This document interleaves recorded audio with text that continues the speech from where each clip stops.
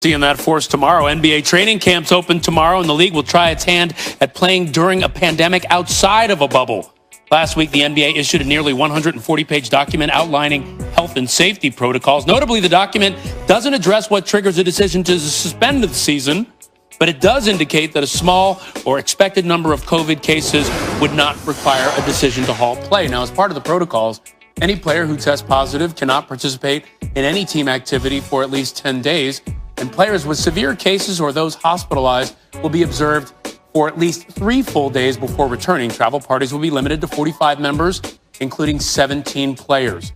So we're joined now by senior NBA insider Adrian Wojnarowski. Woj, nearly 140 pages involved in the protocol sent out by the league to teams.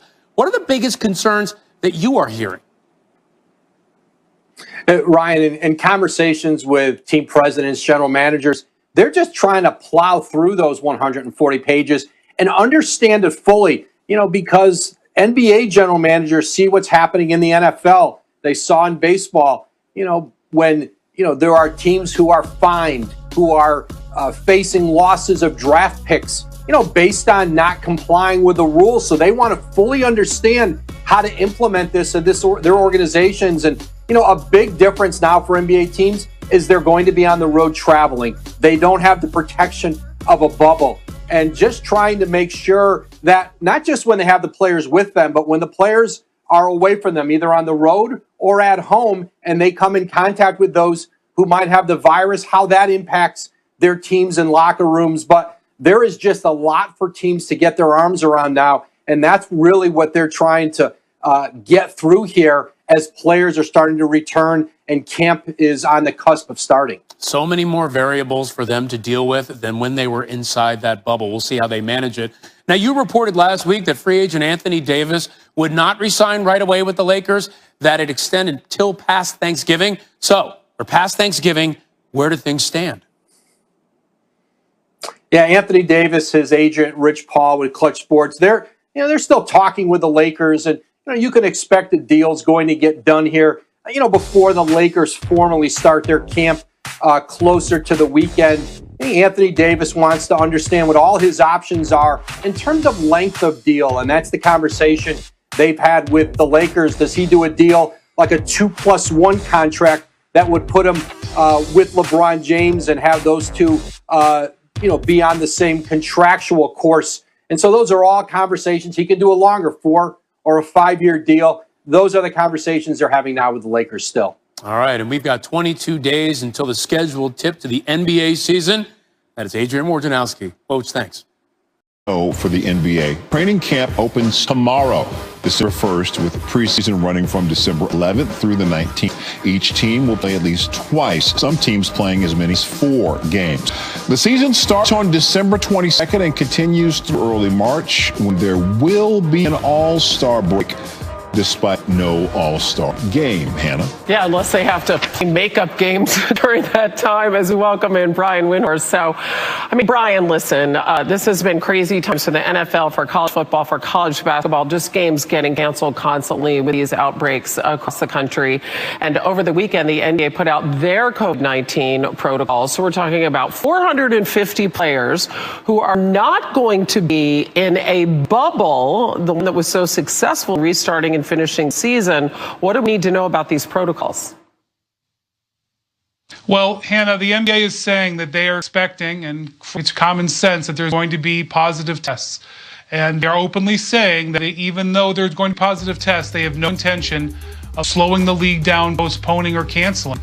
And they made the decision back in November that they were going to start in individual markets, that the bubble idea was going to be retired for the time being. Now, there are teams that have announced that they're going to start without fans. In fact, the Charlotte Hornets were the latest team to announce that today.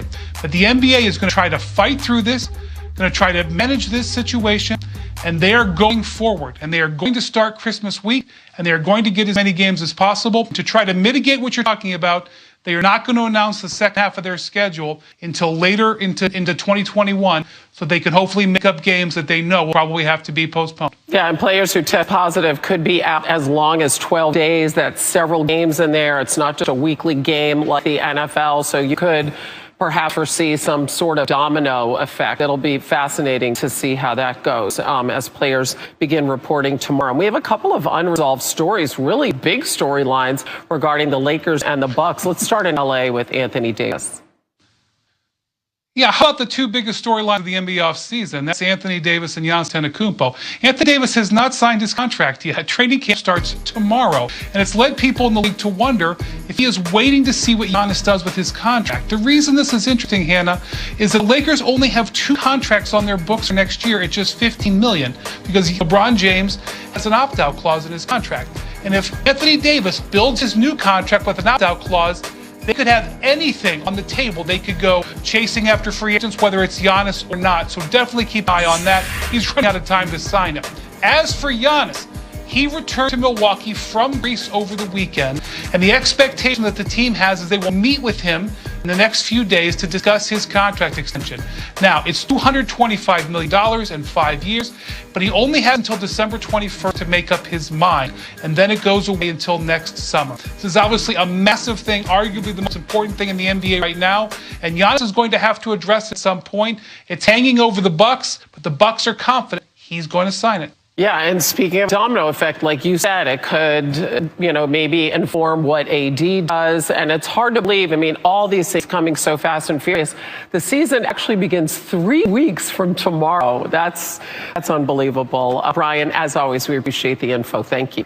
NBA Donovan Mitchell and Jazz agreed to a 5-year max extension worth to up $195 million. Wrap your brain around that one.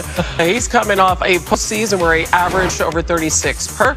Jason Tatum also 5-year max with Boston, also worth up to $195 million.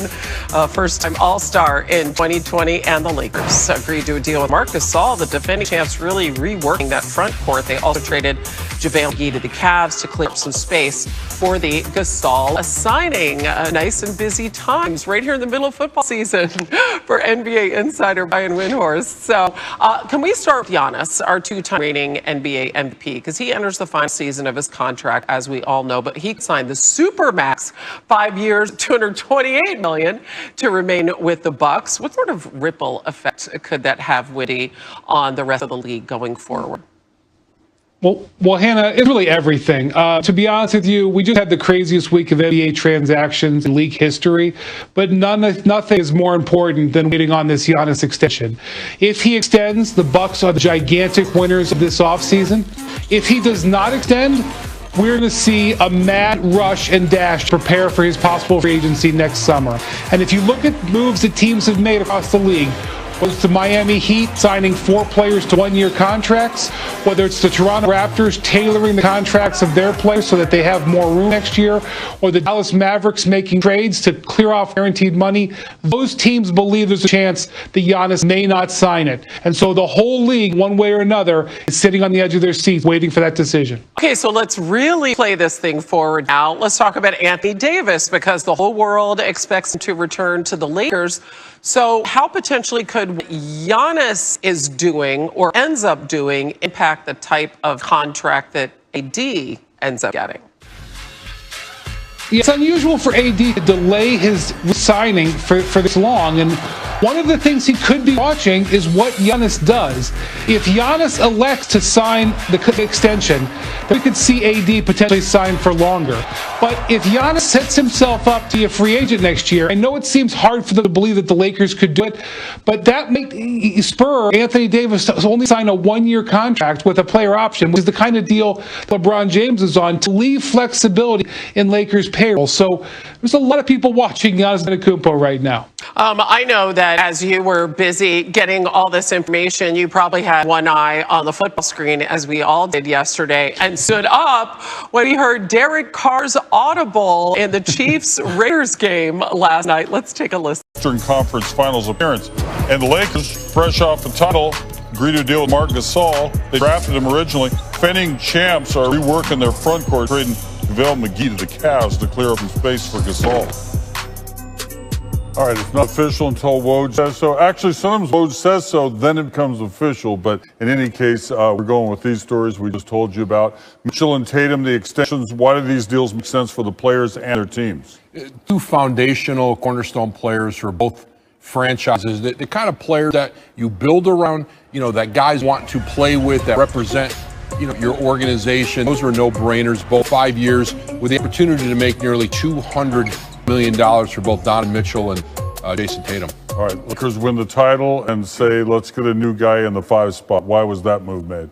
Well, a great opportunity there. Once Dwight Howard left for Philadelphia, they bring in not only Montrezl Harrell, but now Marc Gasol, much more skilled, future Hall of Fame player, who can do so many things on the court, offensively, defensively, rebound. And, I think for Marc Gasol, chance.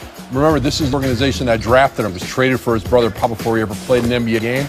Now Pau's out living in Southern California. He'll be near his brother and have a chance now to win another NBA title. He won one with the Raptors. Woj using just one of his many phones. Thanks for joining us. Yet another NBA championship. The Lakers have already pretty much renovated that entire